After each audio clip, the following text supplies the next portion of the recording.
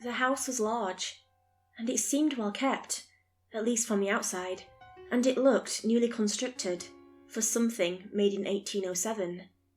Being in the middle of the countryside, it should have been worn down by the weather, the glare of the sun, and thousands of other such dangers in nature. And yet the old house still stood, defiant against the rivers of time. I put the rental truck to a halt just outside the old and shiny gates, stepped out, and stretched for a bit, eyeing the odd building as I did. Opposite from me emerged my partner, Cassie. "Weird house, eh?" she commented. "Yep," I agreed, nodding my head.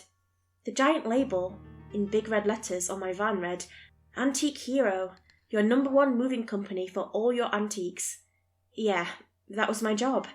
We moved stuff for a living, going from one place to the next, carefully searching out all possible paths and determining the safest route. It wasn't a terribly hard job, although we've had our fair share of overbearing customers. Tonight would be just like any other job. Get into the house, package whatever was left inside the house, another truck had been there earlier, and follow the route another truck had given us, which led to public storage nearby. It'd be a breeze. Or so we thought. And so we began our journey into the house. The gates swung open, unlocked, just as we were promised. We walked up the winding stone path that seemed more like a nuisance than a path, and finally we arrived at the door. The door was odd. I remember that it just didn't sit right with me. You know those old door knockers from the medieval times, the ones that looked like a lion holding a ring which would hold the object used to knock? No, pound on the door. That was it. Except it didn't look like anything I'd ever seen before. The thing wasn't a lion, nor any such animal. Rather, it seemed to be of a human's face, yet distorted and mangled, as if something terrible had been done to it.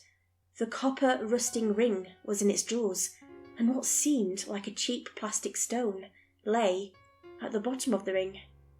"Weird door," Cassie commented. Then she proceeded to use it, lifting up the copper ring and letting it fall with a thud. The noise seemed to echo in the house and then rush back outside. "Weird noise. Let's conveniently ignore that," I joked. Cassie seemed to agree, and entered in a passcode on the keypad right next to the ancient wooden thing. For all its glamour and weirdness, the fact that it was attached to a rather modern piece of technology tickled me, and I laughed out loud. Cassie didn't seem to get it, and so she looked at me with confusion. "The door," I began. "The keypad.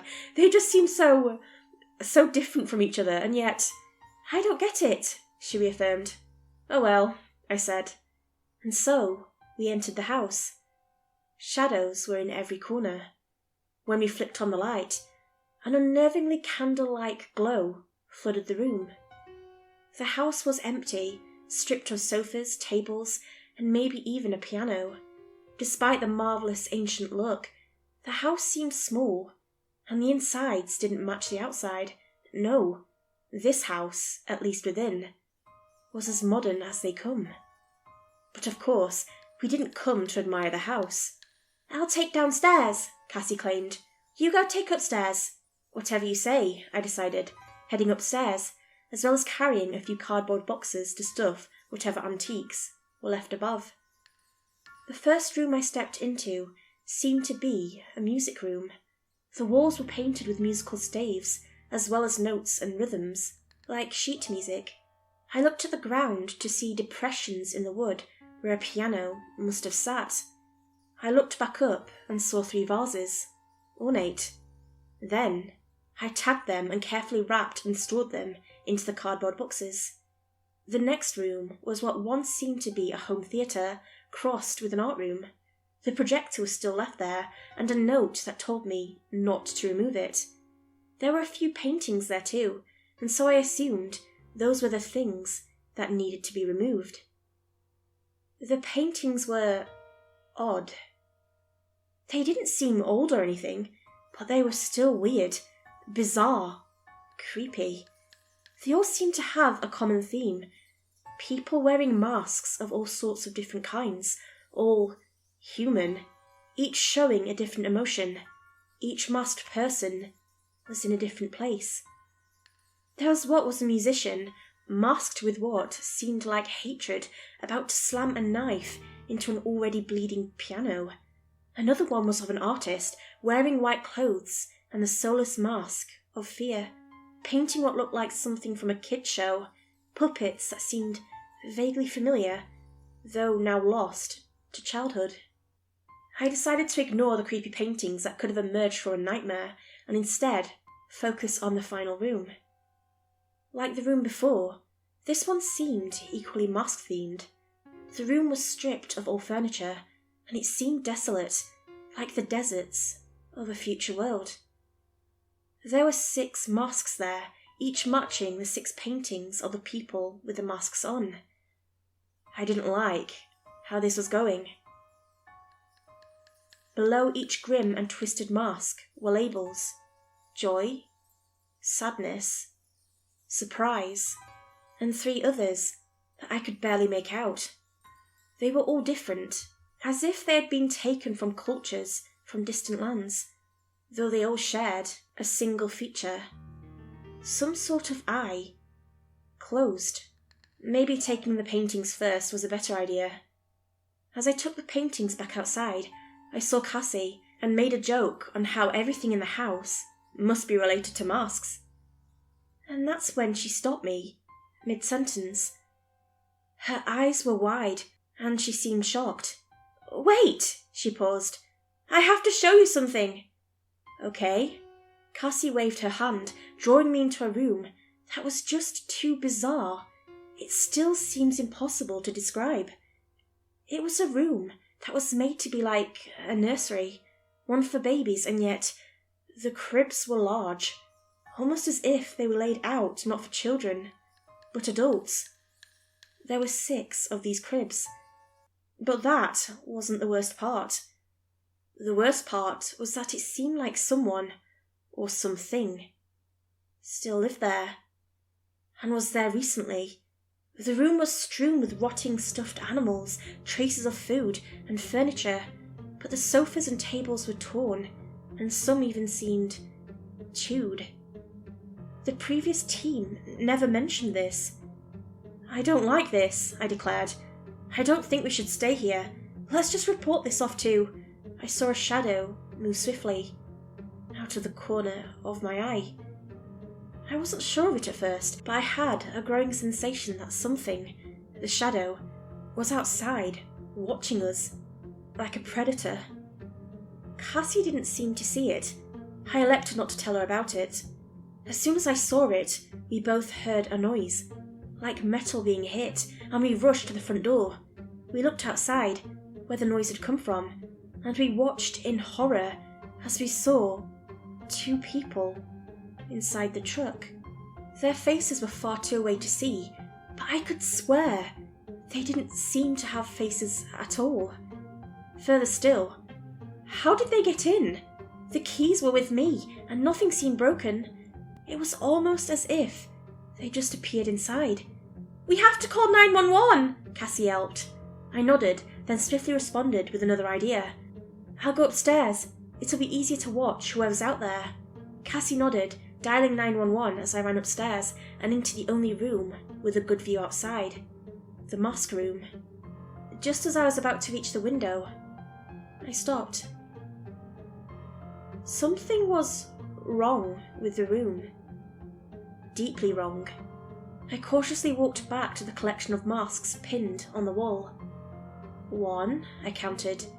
2, 3. Where were the other 3? There were 6 masks before, right? There were 6 masks before, just like there were 6 paintings, each with masks on the person, and just like below, 6 beds. I looked back out through the window. The 2 people weren't inside anymore. They were outside, crawling on all 4s, like a baby. They seemed to be perplexed by the van, almost as if they'd never seen it before, and their faces were unchanged, blank, almost as if the masks They were wearing the masks, 2 of the 3 missing masks. But how could they have gotten in? And they were now staring directly up at me, crawling like a child, yet staring up through the windows and into my very soul. They had the masks of joy and sadness on, and they began to act that way, respectively, bringing out the power of the mask. Further, the eye I had seen inscribed on the mask seemed open rather than closed, as it was before, and the masks themselves, they weren't attached to their heads in any way possible. It was like the masks had fused together with their faces, becoming one until the person and the mask became one being. In horror, I watched the 2 dance for what seemed like an eternity. I watched them through the window. I heard the voice of Cassie attempt to call 911, yet the police never seemed to come. And then, the worst happened. I began to notice movement outside the corner of the window. A shadow here, a light there. It was almost too late when I realised it was another mask, peeking in and out of the glass like a child playing peekaboo. I screamed. The person and the mask seemed to mimic me, acting surprised before jumping in through the window, shattering the glass. I ran, taking only a single glimpse as the thing crawled like a baby behind me, smelling like milk and rot. It looked at me, tilted its head, and squealed like a pig. And then I was downstairs, the thing behind me, much to the shock of an already horrified Cassie. The 911 operator finally connected, and Cassie began to mumble something incoherent. The thing behind me continued to advance, so I grabbed Cassie and ran towards the nearest room, locking the door shut as we entered. That's when I realised we had locked ourselves in the nursery. The crib seemed to vibrate with a strange energy in the air, toys seemingly moving on their own. The noise of the thing outside got louder, and it began to pour at the door. At the window that spanned the nursery, I watched as more of the mask-wearing things emerged. They tapped on the window while acting out the respective emotions they wore. They all continued, a crescendo with every moment. The taps grew in frequency, the wailing beyond the door got louder, the soft chittering of the things increased until it all stopped. Nothing, until a knock on the door, and a voice. "Hello? Police here. Cassie?"